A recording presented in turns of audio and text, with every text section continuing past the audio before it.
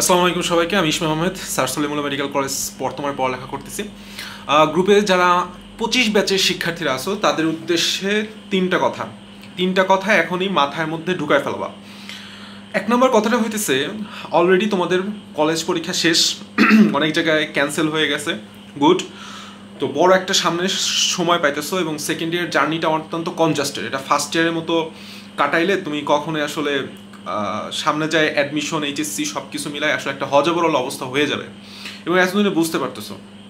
তোমার এখন ফার্স্ট এবং ফরমোস্ট যে কাজটা সেটা হইতেছে, এক নাম্বার কাজ সেটা হচ্ছে তোমার গোল সেট আপ করা, তোমার গোলটা সেট আপ করা। তুমি কি মেডিকেল লাইনে যাবা, নাকি তুমি কি ইঞ্জিনিয়ারিংয়ে যাবা, এবং নাকি তুমি সেটা ভার্সিটিতে যাবা, নাকি কোনো প্রাইভেটে তুমি পড়বা, কিংবা তুমি বাইরে যাবা। এই গোল নিয়ে পড়ালেখা করো, একটু স্টাডি করো যে তোমার সাথে যায় কোনটা। প্রথমত তোমার মন কি চায়, তোমার অ্যাবিলিটিটা আছে কিনা, বা তুমি সেই সাবজেক্টটা আমরা হুজুগে মাতাল, এই জিনিসটা একটু মাথায় রাখবা যে হুজুগে কোনো সিদ্ধান্ত নেওয়া যাবে না। তোমার ভালো লাগতেছে ম্যাথ করতে, ফিজিক্স করতে, কিন্তু তুমি নিয়ে নিলা ইঞ্জিনিয়ারিং, তুমি পড়বা, বাট তোমার সেই অ্যাবিলিটিটা নাই। কথাটা বুঝতে হবে যে আমি 2 বছর হাওয়া লাগায় ঘুরবো, কিংবা আমার মেন্টালিটি হচ্ছে এরকম হাওয়া লাগায় ঘুরানো, গায়ে হাওয়া লাগায় ঘুরানো, বা সেরকম পড়ালেখার ডেপথনেসটা আমার মধ্যে নাই, কিংবা আমি ইঞ্জিনিয়ারিংয়ে যাই আমরা কি করব, তার ফিউচারটা কী, কোন জায়গার ফিউচার কী কিচ্ছু জানলাম না। আমি হুজুগে মেডিকেল অ্যাডমিশনে প্রস্তুতি নিতে শুরু করলাম, আমি ইঞ্জিনিয়ারিংয়ের কোশ্চেন ব্যাংক সলভ করলাম, ওকে ফাইন, করা ভালো, বাট এটা কখনোই গোল হওয়া যাবে না। সব মিলে বলতে চাচ্ছি যে প্রথমত তোমাকে একটা গোল সেট আপ করতেই হবে, মিনিমাম যেই দিকে তুমি একদম ডেডিকেটেডভাবে আগাবা। তুমি হয় সেটা মেডিকেল, না হলে সেটা ইঞ্জিনিয়ারিং, যে কোনো একটা। দুই নৌকায় পা দিও না। যারা টিপলেট, যারা মেডিকেল, বুয়েট, ঢাবি 3টা জায়গায় ক্র্যাক করছে, তাদের কথা সম্পূর্ণ আলাদা। তারা মেইনলি দেখবা কখনোই মেডিকেল টার্গেট ফোকাস করে নাই, কখনোই সে ঢাকা ভার্সিটি টার্গেট করে নাই। তার মেইন টার্গেট বুয়েট ছিল, কিন্তু তার প্রিপারেশন লেভেলটা এতটাই সফিস্টিকেটেড ছিল যে, এবং এতটাই আপগ্রেডেড ছিল যে 3 জায়গায় সে হয়ে গেছে, কারণ সে 2 বছর প্রচুর পরিশ্রম করছে, প্রত্যেকটা সাবজেক্টকে সে সমান গুরুত্ব দিয়ে পড়ছে। তো তোমাদের কথাও ঠিক একই, যে সবাই তো আর ট্রিপলেট হবে না, সবার কথা চিন্তা করে লাভ নেই, এবং এই ট্রিপলেট হওয়ার চিন্তাটা আসলে তোমার মাথায় দরকার নাই। আমরা ভাববো আমাদেরকে একটা নির্দিষ্ট জায়গা, আমার হয় ডিএমসি লাগবে, নাহলে ঢাবি লাগবে, নাহলে বুয়েট লাগবে। আমরা টপ নচ 3টা জায়গায় আমরা টার্গেট ফিক্স করব, এবং এই টার্গেট অনুযায়ী 2 নাম্বার যে কাজটা, আচ্ছা তার আগে একটা কথা, টার্গেট তুমি বললাম ধরো মেডিকেল ফিক্স করলা, এটা তোমার অ্যাবিলিটির সাথে যায় কিনা, তোমার পার্সপেক্টিভের সাথে যায় কিনা, তোমার মেন্টালিটি, চিন্তা ভাবনার সাথে যায় কিনা, বা এর ফিউচার সম্পর্কে তুমি অবগত কিনা, এই জিনিসগুলো নিয়ে তোমাকে স্টাডি করতে হবে, ঘাটাঘাটি করতে হবে। 2 নাম্বার হইতেছে, আর একটা কথা মাথায় রাখবা, সেটা হচ্ছে যে তুমি হয়তো বা মেডিকেল প্রিপারেশন নিবা, বা মেডিকেলে যাওয়ারই তোমার ইচ্ছা, তাই বলে তুমি যে ম্যাথ একেবারেই করবা না তা না। আমি সবসময় বলি যে এইচএসসি লেভেলের পড়াশোনাটা বুয়েট লেভেলের পড়াশোনাটার সাথে খুব যায়, অর্থাৎ বুয়েটে যেরকম রিটেনকে বেশি প্রিভিলেজ করা হয়, ঠিক একইভাবে এখানেও রিটেনটা বেশি ফোকাস। এবং তুমি এটা গ্যারান্টি দিয়ে বলতে পারি, তুমি আমার সাথে অ্যাগ্রি হবা যে বুয়েটের বিগত সালে কোশ্চেন ব্যাংকে সলভ করলে তুমি ম্যাথ এবং ফিজিক্সে আটকাবা না, এইচএসসিতে আটকাবা না, এটা শিওর, ড্যাম শিওর। তো বুয়েট কোশ্চেন ব্যাংক সলভ করা, ঢাবি কোশ্চেন ব্যাংক সলভ করা পাপের বিষয় না, অবশ্যই এটা করতে হবে, কিন্তু তোমাকে একটা নির্দিষ্ট গোল সেট আপ করতে হবে নিজের থেকে, যে না আমি এইচএসসির এই যে বাকি 1টা বছর সময় আছে, এখন থেকে সেই মেন্টাল সেট আপটা এবং আমার একাডেমিক সেট আপটা ওই গোল অনুযায়ী করবো, যাতে এইচএসসির পরে যে 3 মাস পাবা কিনা সন্দেহ, ফুল 3 মাস পাবা কিনা সন্দেহ, ওই 3 মাস সময়টা যাতে একদম প্রপার ইউটিলাইজ করা হয়। তাহলে 1 নাম্বার পয়েন্ট আশা করি বুঝাইতে পারছি। 2 নাম্বার পয়েন্টটা হইতেছে, এই যে তুমি একটা গোল সেট করলা, এর পরবর্তীতে তোমাকে প্রিপারেশন নিতে হবে। এটাকে আমরা বলি প্রি অ্যাডমিশন। এই টার্মটা বললাম 21 সালের আগে ছিল না, এটা পরবর্তীতে বিভিন্ন কোচিং প্রি অ্যাডমিশন চালু করলো। প্রি অ্যাডমিশন বললাম ছিল না কোচিং সেন্টারে, বাট আমরা অবশ্যই করছি। ব্যক্তিগতভাবে আমিও সেই ফার্স্ট ইয়ারের 6 মাস পর থেকেই অ্যাডমিশনের বইপত্র কিনে টুকটাক পড়াশোনা শুরু করছি। তোমরাও করতেছো, তোমাদের প্রত্যেকের কাছে অ্যাডমিশনের বই আছে। এই যে জায়গাটা আমাদের খাপ ছাড়া, আমরা আসলে কোনো প্ল্যান মাফিক করি নাই।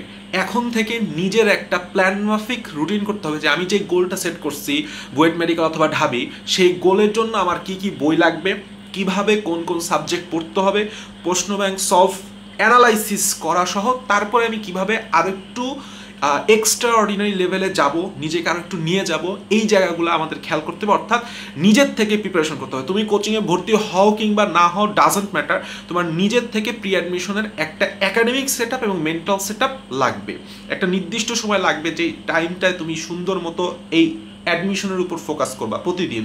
শুধু তাই না, প্রতি সাবজেক্টের প্রত্যেকটা অধ্যায় যখন তুমি শেষ করতেছো, তোমার বললাম উচিত হবে যে তুমি ওইটার অ্যাডমিশন রিলেটেড যাবতীয় প্রশ্ন সলভ করো।